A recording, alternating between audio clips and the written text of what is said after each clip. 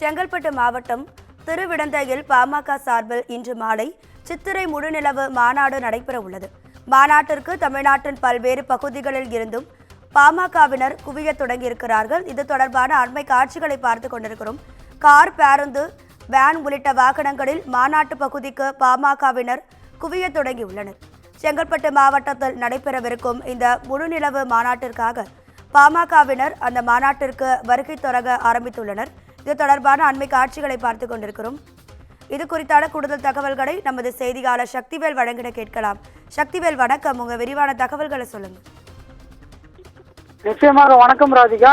செங்கல்பட்டு மாவட்டம் மாமல்லபுரம் அடுத்த திருவிடந்தை பகுதியில் இன்று மாலை நடைபெறும் சித்திர முழு நிலவு வன்னியர் இளைஞர் மாநாட்டிற்கு வட மாநிலமான விழுப்புரம், செஞ்சி, திருவண்ணாமலை, திண்டிவனம், கள்ளக்குறிச்சி உள்ளிட்ட தமிழகத்தின் பல்வேறு பகுதிகளில் இருந்து ஏராளமான நிர்வாகிகள், பொறுப்பாளர்கள் கார், வேன், பேருந்து உள்ளிட்ட வாகனங்களில் வருகை தந்துள்ளனர். குறிப்பாக பாட்டாளி மக்கள் கட்சி தங்கள் கட்சி கொடியையும் வன்னியர் கொடிகளிலும் வாகனங்களில் கட்டிக்கொண்டு அணிவகுத்து வரக்கூடிய காட்சிகள் நம்மால் பார்க்க முடிகிறது. இந்த வாகனத்தில் வரக்கூடிய நிர்வாகிகள் அனைவரும் உற்சாகமாக கத்தி கொண்டு வரக்கூடிய காட்சிகள் நம்மால் பார்க்க முடிகிறது.